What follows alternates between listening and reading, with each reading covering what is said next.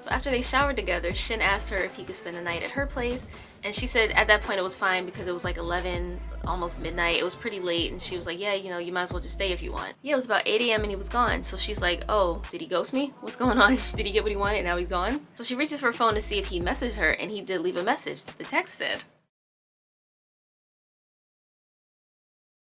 what's up, idols? It's Cece Lesson 3. Welcome back to my channel. So for today, we got a Netflix and chill, aka a Ramyun and Chill story time for y'all. This story is very personal and there is some thirst, so today's star would like to remain anonymous. We're gonna go with Raya. Have you guys seen Raya and the Last Dragon? That movie made me so emotional. Raya, girl, thank you so much for sending everything you sent in the email. Honestly, this story goes so many places. I was reading this, I'm like, where's this going? Oh, this is going over here? Oh no, plot twist. Oh, this is, oh wait, that's not happening either. I had no idea where this story was gonna go. Where it ends, I did not see coming, so thank you so much for letting me tell this story on my channel. As always, please watch this video until the end of the video. Watch as long as you can. Audience retention is crucial to my channel growing. Y'all been doing the damn thing lately. Like, have you seen these numbers y'all been putting up? Also, do y'all hear that song in the background? Hit the like button if 7 by Jungkook slaps, if it's a bop. If it's fire, just leave a like if you like the song or me. For today's question of the day, it's a very relevant question to the story we're about to get into. Ladies, this is for you. Does size matter? Or is it more about the motion of the ocean? You know, people say it's not what you got, it's how you use it. So can the little guys get the job done as well, or is that just impossible? Let me know in the comments. Again, it's pretty relevant for the story we're about to get into, so it's not just for no reason that I'm asking. This is hard-hitting journalism. I'm trying to get to the bottom of this debate. So okay, onward into the story. Raya, she's an English teacher in Suwon, South Korea. It's about 45 minutes south of Seoul, so she's close to Seoul. She goes into Seoul a lot, but she lives and works in Suwon. She's been there for about a year now, and she said that, you know, she loves teaching, she loves being abroad. One of her passions is dancing, and she found some really great hip-hop studios that she likes to go to in her free time. She's made a lot of friends there. She also says she's a sucker for a man who can dance, which, girl, I agree. It's so hard to find a quality man who's also a quality dancer. Then she said after being in Korea, existing in Korea, all the couple culture, all the couples around her made her realize, man, I'm loving my new life over here, but I kind of want to start dating. Good for us. She decides to avoid Tinder because we've all heard the stories of Tinder. She goes to Bumble. I'm not sure if Bumble is like much better, but I'm sure it's not Tinder, so it's a little bit better, right? And you know, on Bumble, you can select your interests and everything, so she chose dancing. By the way, if you guys hear noise, there's construction literally right outside of this window.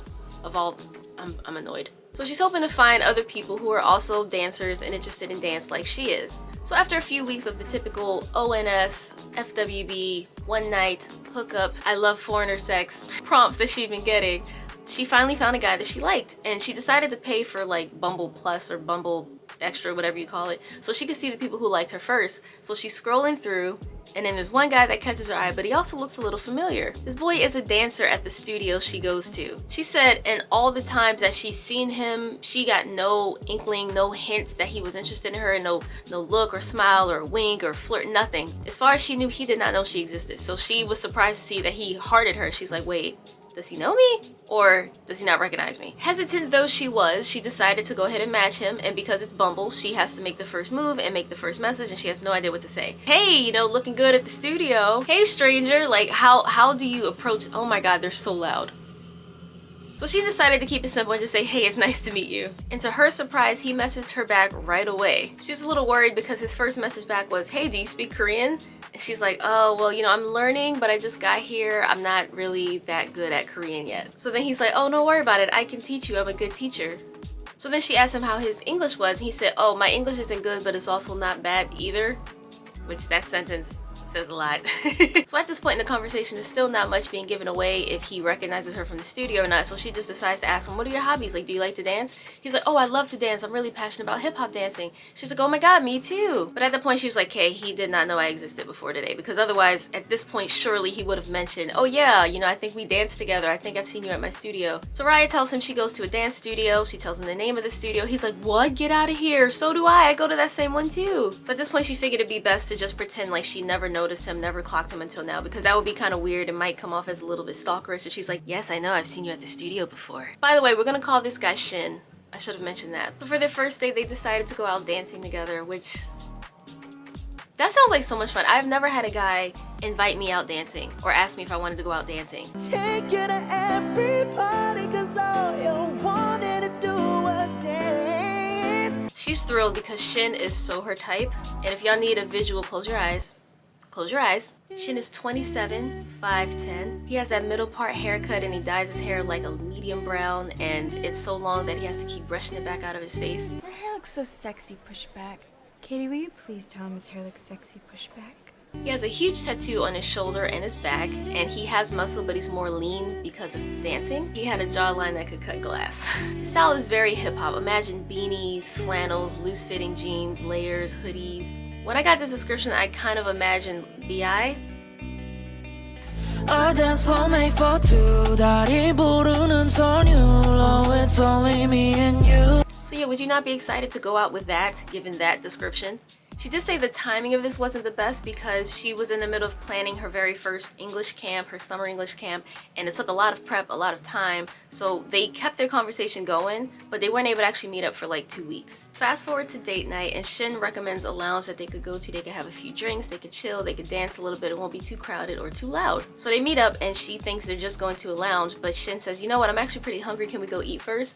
And she was a little nervous because she's like, crap, I don't want to eat in front of him. You know, I'm shy. I don't want to look messy or like a pig. And I also don't want to look bloated from this inevitable food baby that I'm about to have. So she said they got to the restaurant. She was trying her best to restrain herself and to eat lightly, but she said that she loves Korean food and it just smelled so good. It all just looked so good. She went ham.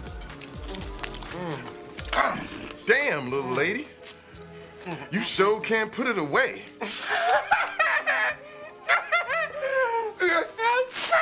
And then she looks up and Shin's laughing and giggling. She's like, what was so funny? He's like, oh, you know, seeing you eat in front of me, I feel like you're very comfortable with me, which is good.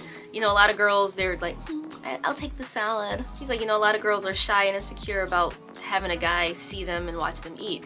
She's like, me? Pfft, insecure? Nah, never. You lying bitch. Why you always lying? So they wash that down with a drink and then head over to the lounge. So he gets them a drink, they sit, they fill each other out, they vibe, they talk, the chemistry is there. And you know, she's feeling a little loose from her drinks, and then he says, hey, let's go dance. So they go dance, and she was just in awe just watching him move, and she was just like, wow, like, oh my god. She said he was so attractive, so confident, so playful, and just so much fun. And then she recalls this moment of just sitting there like, wait, this is going too well, this is too good to be true. Where's the secret wife, the secret girlfriend, the love child, the warrant for his arrest? There's gotta be something going on. There's no way this guy is into me and he's this.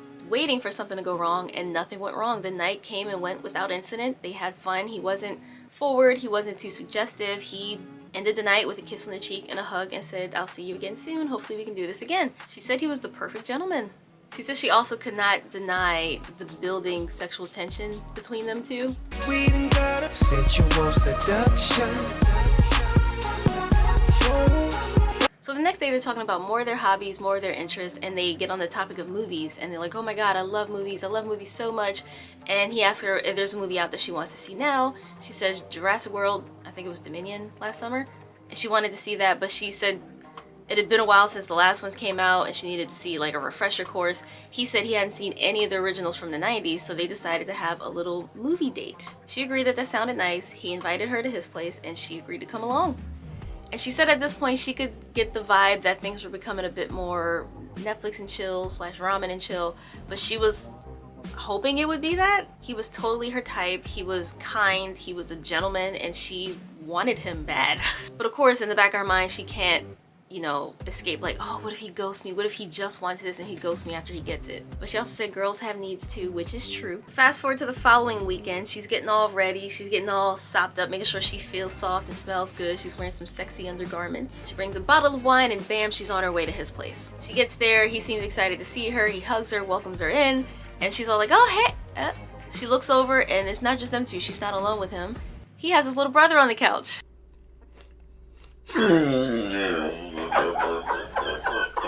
So they're gonna have a little Jurassic Park family movie night instead. In the email she admitted she was so disappointed because she was just thinking about a night with him, but she was also gushing at how absolutely adorable his little brother was. His little brother was like 6 or 7. So she pulls him over to the side like, shit, I thought it was gonna be just the two of us, you know? He said, oh yeah, I'm sorry, I forgot to mention my little brother was coming over too. How do you forget to mention that? And then Raya says she thinks that her disappointment was unintentionally visible in her face because he pulls her to the side and says, "Don't worry, we'll be alone next time." She smiles and blushes and tries to hide her giggle with her hands. So with the vague promise of peen for their next meeting, she decides to make the most of this, watch Jurassic Park, gets to know his little brother. If anything, she sees this as like, wow, I'm meeting the family already. She orders pizza for the little brother, she gets some cookies. You know, it's so easy to impress kids and make them like you, so she's working hard to make sure the little brother likes her. And she was so surprised at how good he was at English. He was like 6 or 7 years old and he's speaking damn near fluent. She kept making a joke that his English was better than Shin's. And then his little brother said while they were watching the movie, he said, "I don't even need subtitles, but my brother does." So you know, they're eating pizza, they're eating cookies, they're having fun watching these movies, and she's just like gushing over how cute he is. She's petting him on the head and rubbing him like, "Oh my god, you're so cute." So then he suddenly looks to Shin and says, "Is she your girlfriend?" Raya just kind of laughs and looks at Shin like, "Yeah, what's this going?" So then Shin laughs and says, "I hope she will be soon." This is all happening fast. By the way, at this point, they've only known each other for like 3 weeks. So after he said, "I hope she will be soon," the little brother nods, like, good, and then goes back to watching his movie and eating his pizza. Raya is so relatable in her email. Like, one of the things that she wanted to note is watching Shin interact with children was just made him just so much more attractive, and I totally get that. Whenever I see a cute guy, a hot guy, a sexy man, playful with kids, when kids like them, it just gives you good vibes, you know what I mean? Ultimate green flags. So Shin's little brother fell asleep. It was getting late and she's like, "Yeah, you know, this was fun, but I think I should head back home soon." So he walks her to the door. He kisses her and it says, "Let me know when you get home." She was just not expecting their first kiss to be like that. She was just like, "Oh my god, he kissed me. Oh, it's okay." She says she felt flames through her body. Raya did not hesitate to invite Shin to her apartment the very next day. She said this sounds thirsty. She knows, she's fully aware how thirsty she sounds, but she was thirsty. She can admit it. She's not ashamed. I don't know why. I don't know what it is, but I kind of find it like a turn on a little bit when guys are kind of oblivious to the fact that you want to sleep with them. It's nice to know that when they're spending time with you, they're not just thinking about having sex with you. They're thinking about other stuff. It kind of reminds me of when I went to Hong Kong with my ex, and while we're on the trip, you know, he's got everything scheduled out and detailed out. He's like, "I gotta make sure you're not bored. We're gonna have fun. We got so much to do, so much to see." He was like, "Hey, I'm going to the store. Do we need anything?" I was like, "Yeah, we need to get some." And he was just like taking the note in his phone. He's like, oh. He just started blushing. I was like, "Yeah, I don't see no boom boom on the schedule. We gotta pencil that in." I don't know, like I kind of get a similar vibe from Shin in this story, that he wants to get to know her. I could be wrong. We'll see where the story goes. But it just reminded me of that wholesome interaction with that ex. I vlogged that trip, by the way. If you want to see it, I'll add it to a card. She invites Shin to her apartment. He agrees, and she jokes like, "Are we gonna be babysitting anybody else again?" He says, "No, you only have to watch me." What do you mean by that? So take 2, we're trying this again. She has on sexy undergarments, she's got her wine, she's trying to set the mood, low lighting or no lighting, candlelights maybe. She puts out wine, cheese, and crackers, and she pops on Netflix. So he was supposed to be at her place at 6. He showed up at 5:15. I think the thirst is mutual. So they're drinking first, they're having some wine, trying to relax and you know, just talk about past relationships, what they're looking for in a partner. Like, it got really serious, and she said, to be honest, it was kind of killing the mood because she kind of liked the playful side of him, but he was being like really serious, like, "Yeah, so what are you looking for in a partner?" And she felt like it was a job interview. So then he gets up and sits on the couch in front of the TV and like pats on the couch to gesture for her to come and sit next to him. Raya joins, he puts his arm around her and they start watching Stranger Things. She did say that he felt a bit distant. He seemed to be like keeping his hands to himself. He had his arm around her and then kind of took it around. I was like, "All right, we're watching this movie." Hands in his lap, just watching the movie, and she's just like, "Touch me." Touch my body, touch my body. Raya was absolutely waiting for him to make a move. She was just sitting there like, should I initiate? Should I wait for him to do it? Just do something. I've been waiting, think I wanna make that move. This fool fell asleep. Damn! She's just sitting there alone like, why is it so hard to get some quality dick? So she's sitting there watching Stranger Things by herself. Part 2 is really good anyway, so she's engaged. And then his phone goes off and it gets a little iPhone ping. Being nosy, looks over, and it's all in Korean. She says she could only make out a little bit of it and her Korean is really not that good at all. Well, your brother likes her, foreigner or not. If she's a good person, it doesn't matter. Go for it if you like her. The screen went dark before she could see the name of who sent it, and she was just kind of like, what does that mean? Like, go for it, sleep with me, or go for it, relationship with me? So she ends up like adjusting herself, and then Shin wakes up and he apologizes for falling asleep. He said he was up with his little brother the night before pretty late. She says, no worries, no problem. She gets up and asks him if he wants something to drink. He says, thank you. And while she goes to get a beverage for him. He gets on his phone and he reads the message and he smiles and kind of just nods and puts his phone down. So she's like, what was that? Suddenly Shin's more flirty, he's more assertive, and he's making a move. Like, he's more like, hey baby girl, let's start this thing. He's sitting closer to her, he's stroking her leg, you know, she's just like, okay, I think something's about to happen. The tension is building. He gets into position and he finally kisses her and they start making out. Part of her is happy, but also she has a bit of an alarm going off in the back of her head. Like, why is he just now suddenly starting to act like this? Especially after he just saw that text that I partially read on his phone. She said, but all that soon escaped her mind because he was such a good kisser. He was touching her and kissing her in all the right places, and they boom boom right there on the couch. So when they're done, she's just sitting there like, oh, I wonder if he's gonna leave. So after laying up and like cuddling on the couch a bit, he asked if it would be rude for him to take a shower. She said, no, you can shower, but I don't have like a change of clothes for you to put on. And he said, oh, did I have to put clothes on after? Fuck no!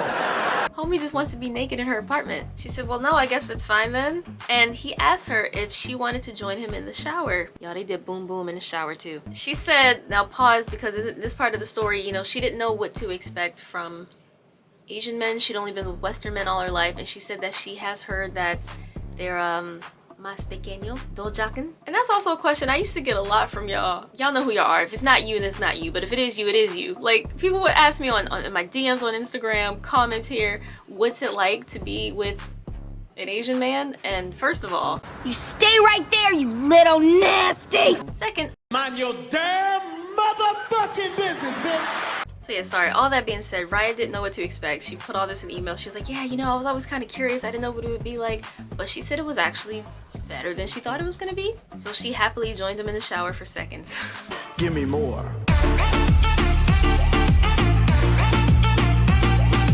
So after they showered together, Shin asked her if he could spend the night at her place.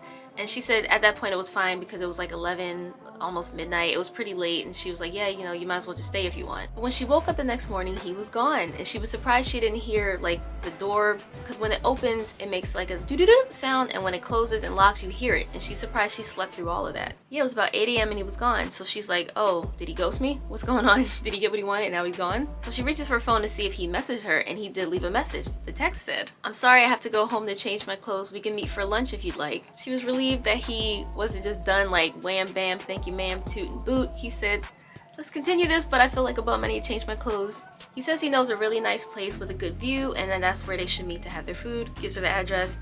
He'll meet her there. So she's like, wow, oh my god, you can see like a lot of the Seoul skyline from here. Like, it's great up here. And he reaches for her hand, like he puts his hands on the table and he reaches for her hand across the table, and they're holding hands like across the table. And he got all serious again. He said, I'm sorry if I was a little cold before or if I gave mixed signals, but I needed some confirmation from my parents. Last night, that was his mom who texted him and said, your little brother likes her. It doesn't matter if she's a foreigner. If you like her, then go for it. That's what that text meant. She didn't know if it was one of his homies like, yo bruh, go for it, get that booty. Or if it was someone who actually had his best interest in heart, was like, oh come on, you know, if you like her, then go for it. You'll overcome the obstacles together. So yeah, because she left a good impression on the little brother, he's gushing to the parents, I suppose, like, oh yeah, she's so nice, she gave me cookies, she said I was cute, she said my English is good, she gave me pizza. So he said after receiving the blessing, he's sorry if, you know, it was so sudden the way he just changed. So he looks her dead in the eye and asks her if she wants to be his girlfriend. Wait a minute, wait a minute. Wait, first of all, you're not gonna speed past that like you didn't just say what you just said. Raya's stunned. She doesn't know what to say. She starts laughing. He said, is that a no? Like, I'm sorry, is this too much? She was just laughing to herself because she's like, oh my god, this morning I thought he was ghosting me after getting the cake. It's lunchtime and he's asking me to be his girlfriend. So yeah, Raya agreed to be his girlfriend, and it's been a year and they're still together. She said like she's met his family and everything, and if you guys want to know more about that, to let us know in the comments, and she'll get ready on the email and she'll send it over.